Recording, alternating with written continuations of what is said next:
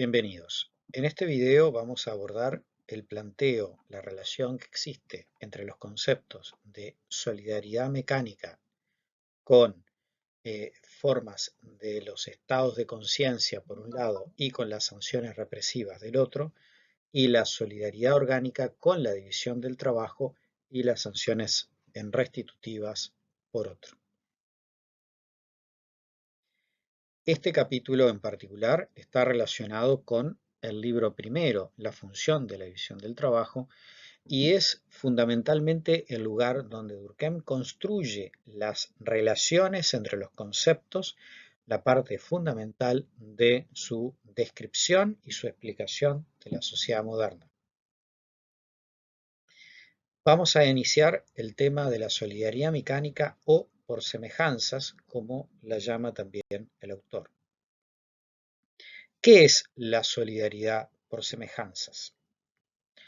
Durkheim dice que en todas aquellas condiciones donde hay solidaridad por semejanzas, no solo todos los miembros del grupo se encuentran individualmente atraídos unos a otros, sino que también se hallan ligados a lo que constituye la condición de existencia de ese tipo colectivo, es decir, a la sociedad que forman por su reunión.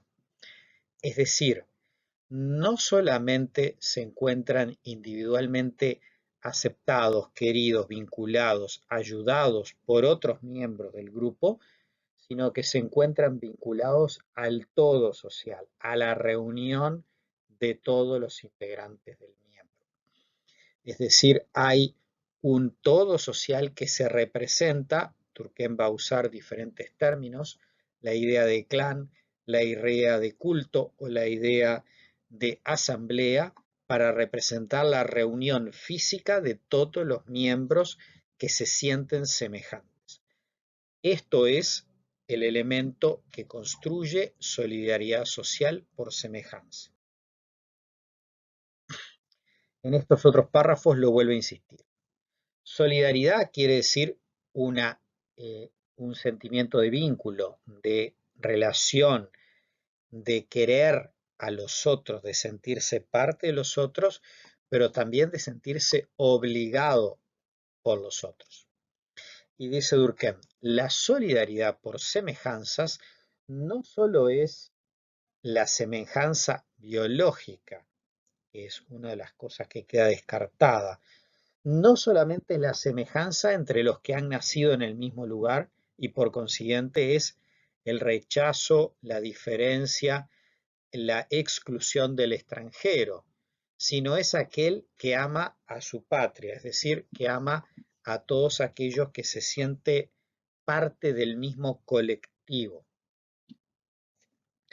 Y los individuos no solamente quieren a la sociedad como a ellos mismos, sino que se procura que no se destruya, que no se vea menguada, que no se vea afectada, porque entienden que también una parte de ellos queda destruida con eso.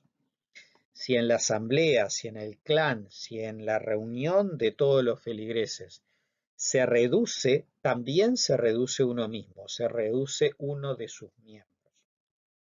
A la inversa, la sociedad procura que todos los individuos sientan sus semejanzas, sus parecidos, aquello que comparten en común, porque en esa semejanza está su cohesión.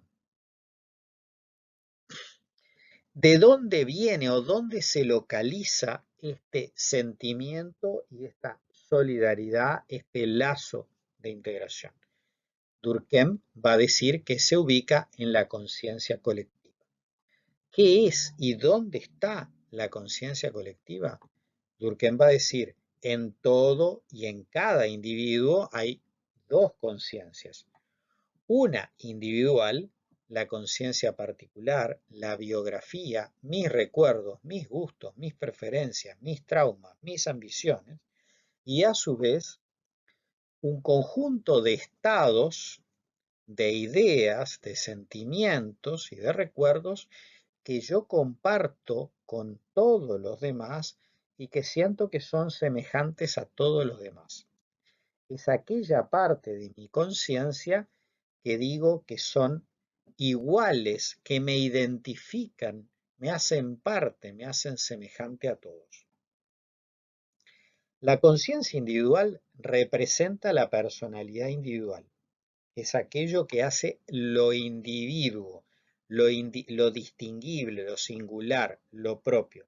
Mi proyecto de vida, mi vocación, mi biografía, mis preferencias partidarias, mis interpretaciones del mundo, mis gustos culinarios. ¿Bien? La otra parte no es la que me distingue ni que me hace único, sino que me hace uno más de algo general, uno más e indistinguible de la totalidad que es la sociedad. Bien,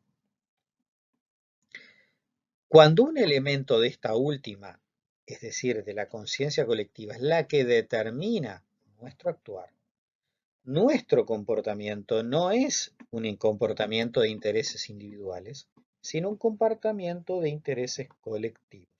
Es decir, todo individuo tiene en la cabeza una conciencia individual y una conciencia colectiva. Digamos por decirlo de una forma, el tamaño, la extensión, el peso que tiene cada una de estas dos conciencias en el individuo es variable e históricamente variable. De la conciencia colectiva nacen lazos, obligaciones, sentimientos morales que ligan el individuo con la sociedad, o sea, con el colectivo de miembros con los cuales se siente semejante. ¿Bien? Directamente. Esta solidaridad no es una unión indeterminada, yo me siento parte del grupo, sino que se hace armónica el detalle de los movimientos. ¿Qué quiere decir el detalle de los movimientos? Que mi acción, mis comportamientos, mi forma de vestir, mi forma de hablar, mi forma de rezar, mi forma de expresarme políticamente, mi forma de ir a la guerra, mi forma de comer, es colectiva, enfatiza lo que tenemos en común, no lo que nos separa. Digamos, me hago cada vez más uruguayo porque tomo el mate como los uruguayos. No se me le ocurre agregar azúcar ni lo tomo en cuestiones de goma. Trato de usar eh, eh, el porongo, una bombilla que es de metal, tomo caliente, le pongo yerba sin yuyos, etc. Enfatizo lo uruguayo. ¿Bien? La solidaridad, es decir, la conciencia, la solidaridad, el derecho, que es la expresión material de la solidaridad mecánica, ese derecho característico es el derecho represivo. Pero antes de entrar al derecho, volvamos a una vuelta más. ¿Por qué existe una conciencia colectiva tan grande que da lugar a una solidaridad mecánica y un derecho represivo? ¿Qué elementos, qué hechos sociales ayudan a que exista esa conciencia colectiva tan importante con un lugar tan fuerte en la sociedad? Bueno, eso que está apoyando la conciencia colectiva es un tipo de división del trabajo que Durkheim le llamará una división del trabajo simple. ¿Qué es una división del trabajo simple?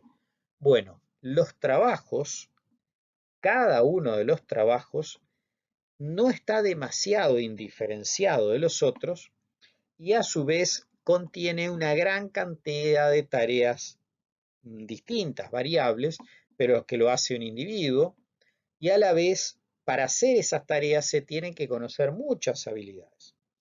Por ejemplo, la preparación del pan no es meramente el amasado y el cocinado del pan. El amasado, dejarlo leudar y después que cocinarlo. La preparación del pan va para atrás e incluye la molienda del trigo. Y el cernir el trigo, el guardarlo, el almacenarlo correctamente para que no se humedezca, el volver a cercenar, el volver a amasar. Es decir, introduce todo el paquete completo. que implica muchos conocimientos distintos. Y la preparación de todo esto no distingue uno de otro. Todos muelen la semilla, todos cercenan, eh, todos hacen todas las etapas. Lo mismo el trabajo del carpintero. El trabajo del carpintero no es simplemente le dan un mapita, un croquis, donde uno corta la madera y presenta, después encola o atornilla o clava y listo el mueble. Incluye desde el primer momento en donde está la madera, digamos, podríamos decir virgen, que la corta, que la adecúa, la selecciona, la estaciona, la cepilla, en fin, va preparando toda la madera, después recién corta a dimensiones del mueble, lo vuelve a cepillar, vuelve a hacer un tratamiento, diseña el mueble, etcétera, y todo el conjunto de cosas. En todo caso, las diferencias es entre el aprendiz y el maestro, pero el aprendiz y el maestro se refieren siempre a la misma colección de tareas distintas que se hacen. Esa es la división del trabajo simple en el sentido de que no hay una diferenciación de trabajos ni una especialización de los conocimientos para realizar cada uno de los trabajos. La consecuencia de esto es que cuando falta una persona, la puedo reemplazar fácilmente con otra. Porque no obsta a que puedan ser reemplazados, porque no hay una especialización y la especialización no está asociado a un individuo. Todo esto se completa con el tema de la pena. O sea, ¿qué pasa cuando hay un comportamiento que es contrario a la solidaridad que predomina en la sociedad? Dice Durkheim, ese comportamiento se materializa en otro hecho social que llama el derecho y en uno particular que es la sanción, la pena. ¿Cómo se hacen las penas cuando la solidaridad es mecánica? Va a decir, son penas represivas. ¿Bien? ¿Cómo se procesan las penas represivas? Es decir, ¿qué características tienen las penas represivas? Bueno, en primer lugar, el que escucha, define, caracteriza un comportamiento como un crimen es el colectivo, es la asamblea, el tribunal, la sociedad reunida. Digamos que es un juicio público donde toman partícipe para expresar el agravio que han sentido por ese comportamiento que está ahí adelante para ser juzgado y condenado.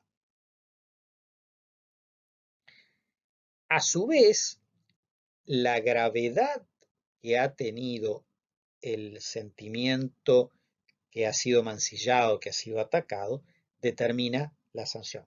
O sea, el crimen se define colectivamente y de acuerdo a los sentimientos morales heridos, al dolor que ha provocado, se define la sanción, al punto que dice Durkheim que hay una proporcionalidad en entre el sentimiento moral y el castigo que se va a imponer.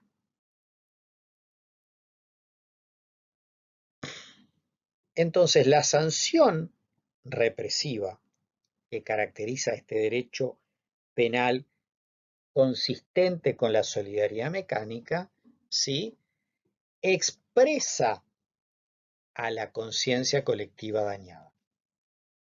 Bien.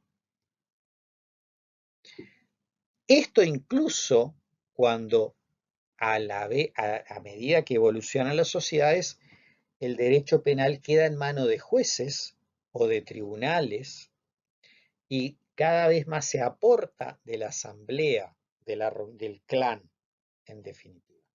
Pero dice Durkheim, cuidado, porque el derecho penal de estas características, el carácter represivo que tiene, toda la funcionalidad de resarcir, digamos, de desagraviar los sentimientos morales que han sido agredidos, dependen que esa función judicial se lleve adelante representando a los sentimientos, a la conciencia colectiva agraviada.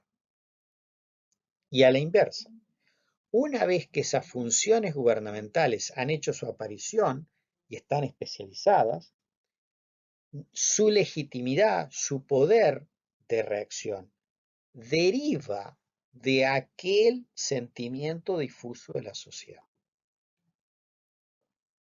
A mayor estado de conciencia colectiva, mayor poder y a mayor reflejo de este estado de conciencia colectiva de parte de las funciones judiciales, mayor eficacia del derecho penal.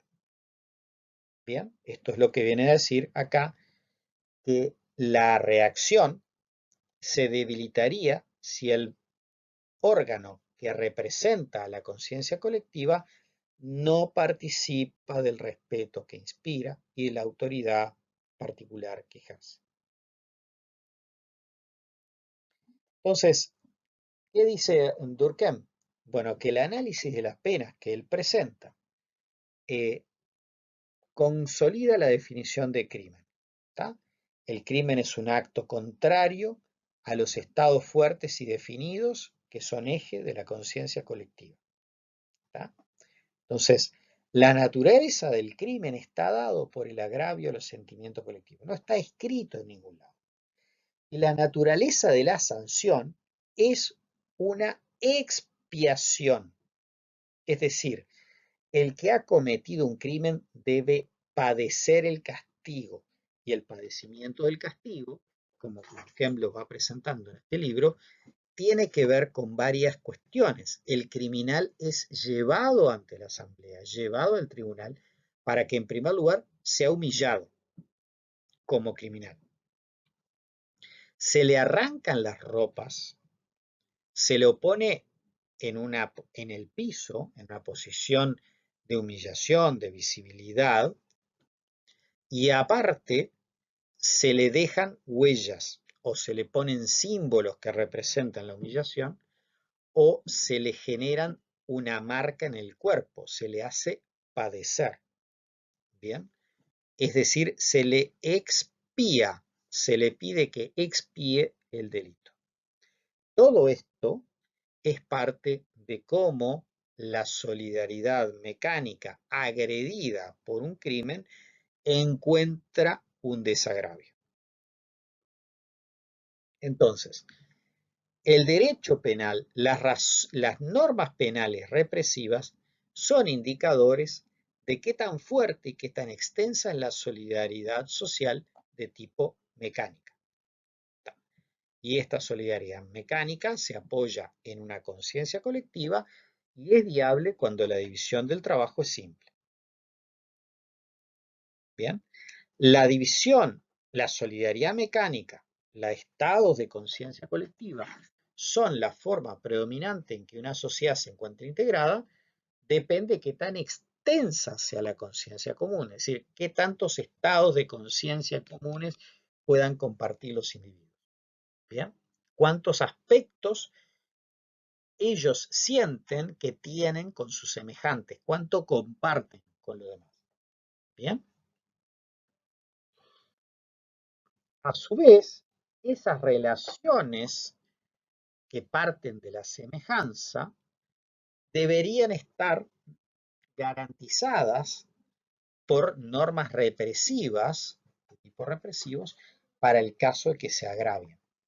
Todo eso es indicativo de un tipo social que funciona adecuadamente. Ahora, ¿qué pasa? Pasa que la conciencia colectiva a lo largo de la historia se va reduciendo. En un mismo país empiezan a vivir, obra de la migración, nacionales y extranjeros. Empiezan a existir en el mismo país personas que confiesan diferentes creencias religiosas, musulmanes, judíos, católicos, luteranos, calvinistas, ¿sí? Ortodoxos rusos. En un mismo país empiezan a haber personas que tienen simpatía por el rey o por distintos reyes o por el rey o la república. Pero fundamentalmente, va a decir Durkheim, uno de los cambios centrales es la aparición de la industria, la aparición del transporte, de la logística, la aparición de la administración, es decir, de la división del trabajo. la visión orgánica del trabajo. Esto conlleva a que lo que se observa es que en las relaciones sociales contemporáneas, lo que abunda ya no son las sanciones represivas, sino lo que abundan son las sanciones restitutivas, es decir, condenas o penas que lo que tienen por finalidad es volver las cosas a su estado anterior. Si a mí contraté un pintor y el pintor no me cumplió, no terminó de pintar mi casa, una de dos, o el pintor termina de cumplir la casa y el juez lo obliga, o el juez lo obliga a que me devuelva enteramente el dinero. Es decir, restituir las cosas a su estado anterior al del incumplimiento. Entonces la sanción restitutiva no solamente vuelve a su estado anterior, sino que lo que hace es someter al individuo que ha quebrado lo contratado, lo pactado, al derecho que se ha osado a no cometer. Es decir, la cura por haber violado las normas es más normas aún te caen encima. Entonces, este tipo de sanción, que no va por el camino de la expiación, no va por el camino del desagravio, ¿sí? Sino que va el camino de la restitución pecuniaria o comportamental, no tiene nada que ver con la solidaridad mecánica, tiene que ver o expresa otro tipo de solidaridad. ¿Por qué es tan importante restituir las cosas? Es decir, que las cosas se observen, se desarrollen tal como está previsto. Que los pintores cuando contratan pinten. Que cuando le compro pan a un panadero me venga pan de calidad.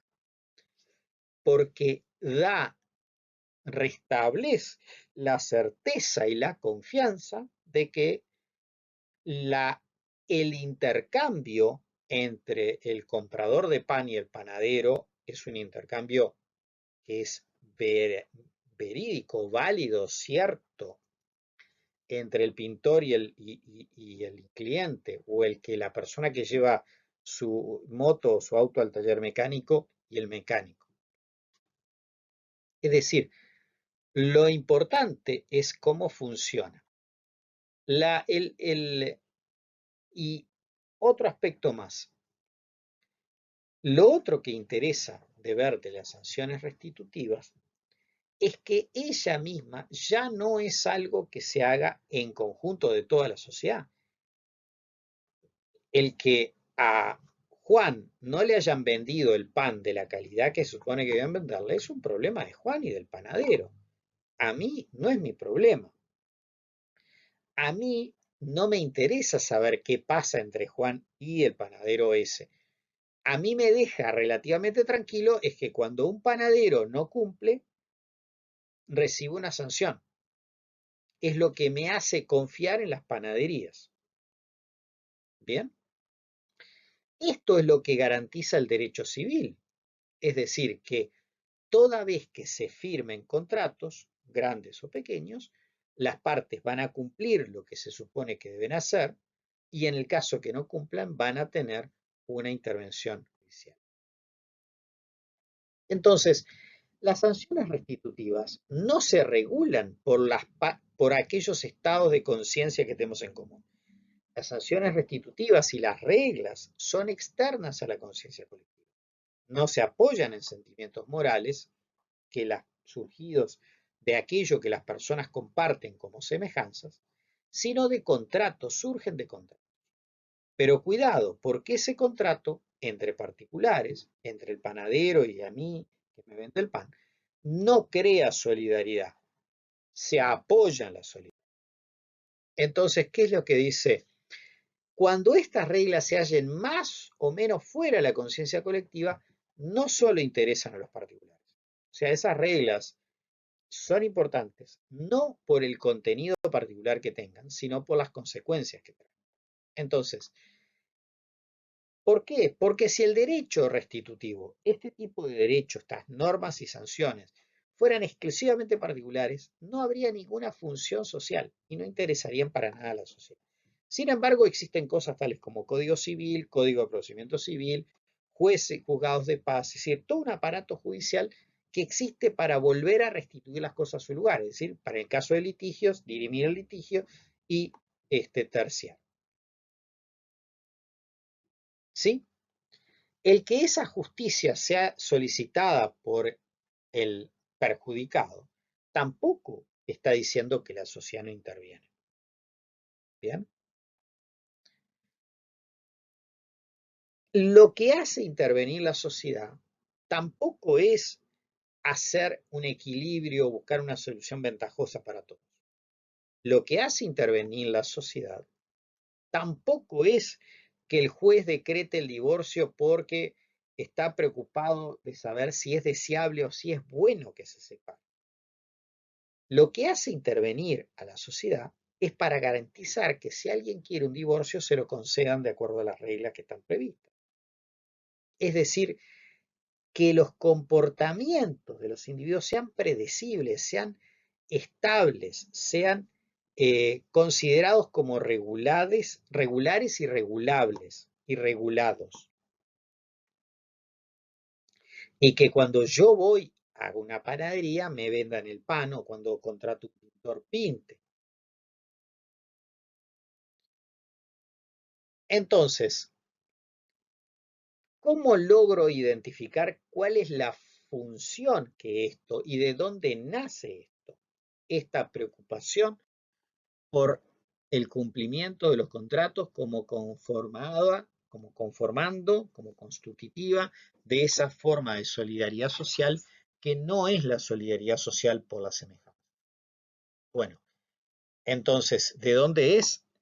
Viendo cuál es el fundamento que les permite contratar al comprador y al vendedor, el fundamento que les permite el matrimonio a los esposos. Dirá Durkheim, ese fundamento es el derecho, son los principios generales del derecho, que tienen que ver, dirá después, con la cooperación, con la predecibilidad, la cooperación y la confianza. ¿Bien? ¿En qué consiste o de cómo es que está presente esta cooperación, esta confianza? Es el hecho de que, por un lado, hay reglas y por otro lado, en que si no se cumplen, la sociedad va a intervenir. Esa es la confianza que se tiene. Es decir, que si los contratos no se respetan, hay un proceso judicial para hacerlos respetar y restituir las cosas.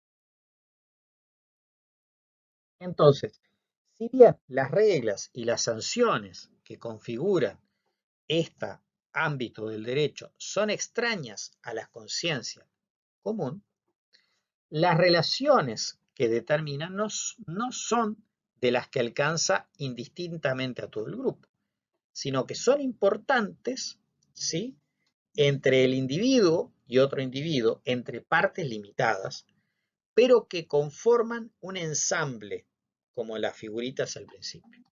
Entonces, esta vivacidad de la cooperación, de la complementación, está basado en la idea de que los que entran a contratar cumplen funciones distintas, pero interdependientes, necesarias unos para otros. ¿Bien? Veamos un poco más lo de las reglas, cómo estas reglas existen.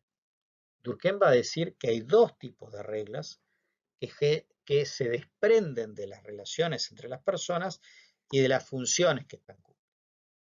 Les llamará muy esquemáticamente algunas positivas y otras negativas en razón a cómo contribuyen a la solidaridad social. Las primeras, hay relaciones negativas. ¿Cuáles son las relaciones negativas? Las que vinculan o crean interdependencia a las personas, pero destacando, enfatizando, casi haciendo exclusivo la relación de las personas con las cosas. Y el ejemplo claro de esto son las reglas de la propiedad, el derecho de propiedad, los derechos reales, como suele llamarse en la doctrina jurídica. El jus in re, derecho en la cosa. El derecho en la cosa en el derecho francés, además, tiene que ver con tres aspectos muy importantes. El derecho de uso, yo tengo derecho a usar la cosa como a mí se me antoja, sin pedirle permiso a nadie. El derecho de goce, ¿no? De gozar de los frutos de las cosas, el usufructo, que quiere decir que yo puedo buscar la forma en que sea más productiva y adueñarme de los frutos de la productividad. Si la quiero usar yo, la uso. Si la casa la quiero arrendar para tener un ingreso extra, también. No le tengo que pedir permiso a nadie. El derecho a disponer de las cosas. Disponer tiene una acepción pacífica, que es la puedo vender, la puedo arrendar, la puedo hipotecar sin pedirle permiso a nadie, pero disponer quiere también en el derecho francés, civil francés, napoleónico, que predomina en este momento en toda Europa, quiere decir incluso hasta destruir la cosa sin que nadie me venga a decir usted no lo puede hacer. Si yo tengo un campo y decido prenderlo fuego y arrasar con todo, el derecho de real, de propiedad, en la medida que es absoluto, no me lo impide, no debería impedírmelo. Contrapuesto a esto son los derechos personales, es decir, derechos que ligan a las personas. Los derechos reales, vuelvo a insistir, aquí están planteados otros derechos reales, además de la propiedad, el usufructo de la servidumbre de la hipoteca y cualquiera de los modos que se adquiera. Ahí está el relacionamiento de Durkheim en general para todos los. Veamos las reglas posibles de los derechos. En el contrario, los derechos personales, ¿qué es lo que estamos haciendo? El derecho personal vincula a las personas en función de que se obligan a hacer cosas para el otro. Me obligo a hacerte un mueble, me obligo a pintarte la casa, me obligo a arreglarte el auto, me obligo a sacarte los dientes, me obligo a tratarte la enfermedad que tenés, me obligo a llevarte las cuentas. Es decir, hay una interdependencia en funciones especializadas que unos se cumplen a los otros. ¿Bien? Entonces, hay una relación personal que es la que constituye este derecho personal. La regla positiva lo que hace fundamentalmente es expresar cooperación.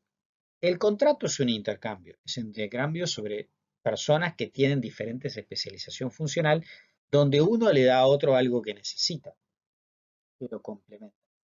Entonces, la mayoría de los contratos y de las relaciones contractuales constituyen el intercambio de obligaciones o de bienes que son para unos intereses del otro. Y por tanto, hay una idea de compromiso y de lazo social que se potencia.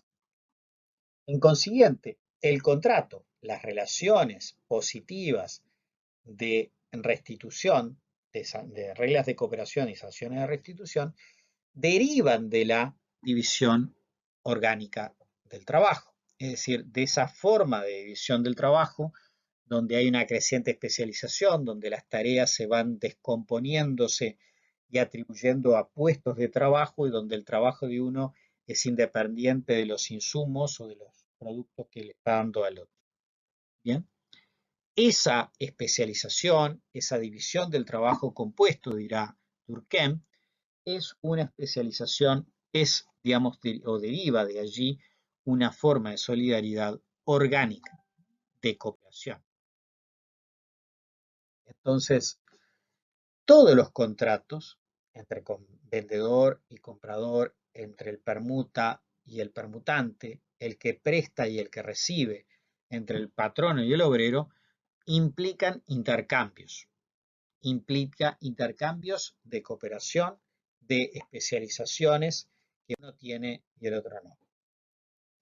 ¿De acuerdo? Y esto se ve, dice Durkheim, tanto en los contratos del derecho civil, incluyendo el derecho de familia, en los contratos comerciales, en todos los contratos mercantiles, también en el contrato, en las relaciones procesales o en los contratos de asistencia o denuncia procesal.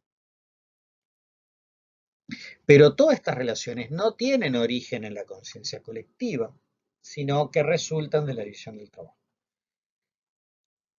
como no tienen origen en la conciencia colectiva, las sanciones del incumplimiento de estos contratos no son de expiación, son de restitución, ¿sí? Escapan a la conciencia colectiva, no hay sentimientos morales comunes que reaccionen contra el agravio, ¿bien?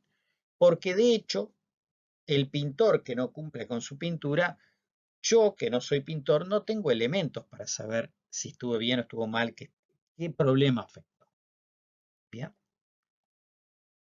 Entonces, en síntesis, la solidaridad orgánica, ¿bien?, predomina toda vez que ha habido un aumento en la división del trabajo y esta adopta una forma compuesta. Ese aumento de la división del trabajo hace que sean cada vez más necesarias ciertas preferencias, habilidades e intereses individuales, ¿bien?